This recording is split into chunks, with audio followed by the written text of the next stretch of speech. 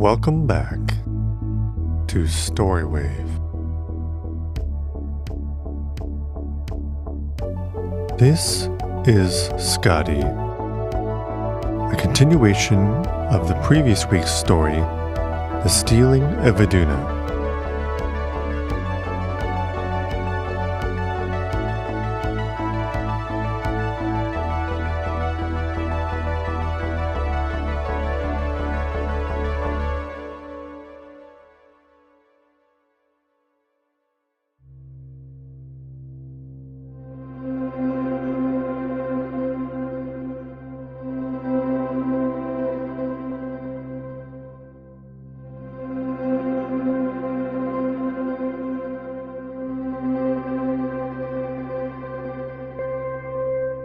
While Iduna's friends were still crowding about her, all joyful and glad at getting her home again, they spied someone far off coming toward Asgard. As the figure drew nearer, they saw it was Skadi, the tallest daughter of the frost giant, the Æsir, who had chased Iduna. She was dressed all in white fur and carried a shining hunting spear and arrows.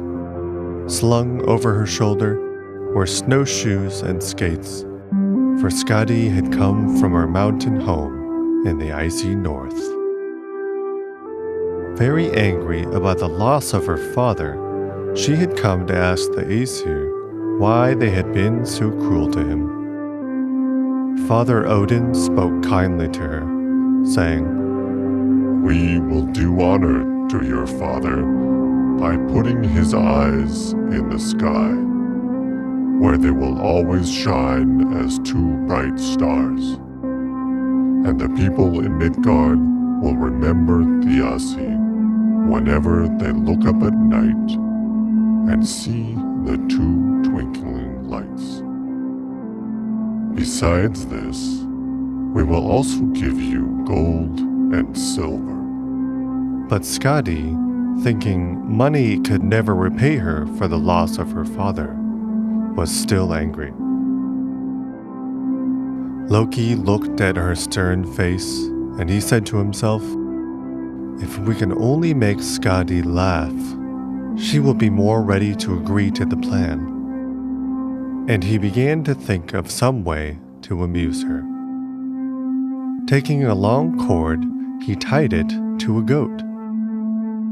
It was an invisible cord which no one could see, and Loki himself held the other end of it.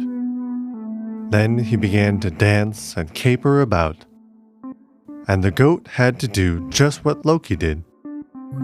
It really was such a funny sight that all the gods shouted with laughter, and even poor, sorrowful Skadi had to smile.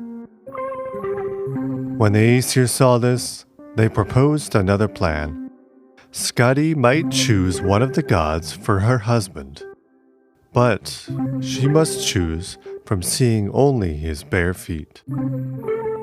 The giantess looked at them all as they stood before her, and when she saw the bright face of Balder, more beautiful than all the rest, she agreed to their plan, saying to herself, "It might be that I should choose him, and then I should surely be happy." The gods then stood in a row behind a curtain so that Skadi could see nothing but their bare feet. She looked carefully at them all, and at last chose the pair of feet which seemed to her the whitest and of the finest shape, thinking that those must be Balder's. But when the curtain was taken away, she was surprised and sorry to find she had chosen Njord, the god of the seashore. The wedding took place at Asgard, and when the feasting was over, Skadi and Njord went to dwell in his home by the sea. At first, they were very happy, for Njord was kind to his giant bride. But how could you expect one of the Æsir to live happily very long with a frost giantess for his wife?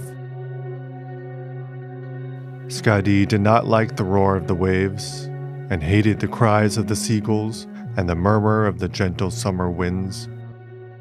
She longed for her frozen home, far away in the north, amid ice and snow. And so they finally agreed that for 9 months of the year, Njord should live with Skadi among her snowy mountains, where she found happiness in hunting over the white hills and valleys on her snowshoes, with her hunting dogs at her side, or skating on the icebound rivers and lakes.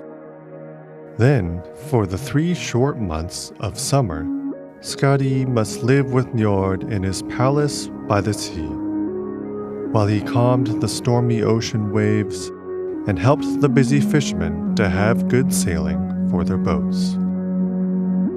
Njord loved to wander along the shore, and his jacket trimmed with a fringe of lovely seaweeds, and his belt made of the prettiest shells on the beach, with the friendly little sandpipers running before him, and the beautiful gulls and other birds, and other seabirds sailing in the air above his head.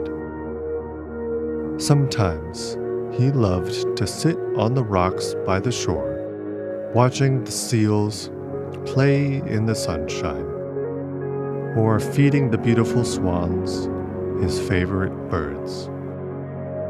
There's a kind of sponge which the people in the north still call Njord's glove, in memory of this old Norse god.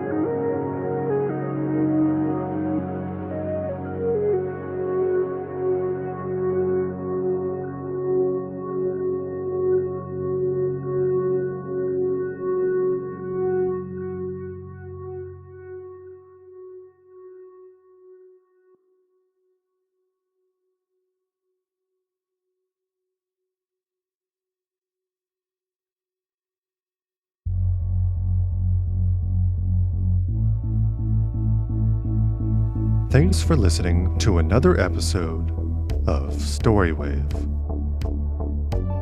Join us next week for the story of Balder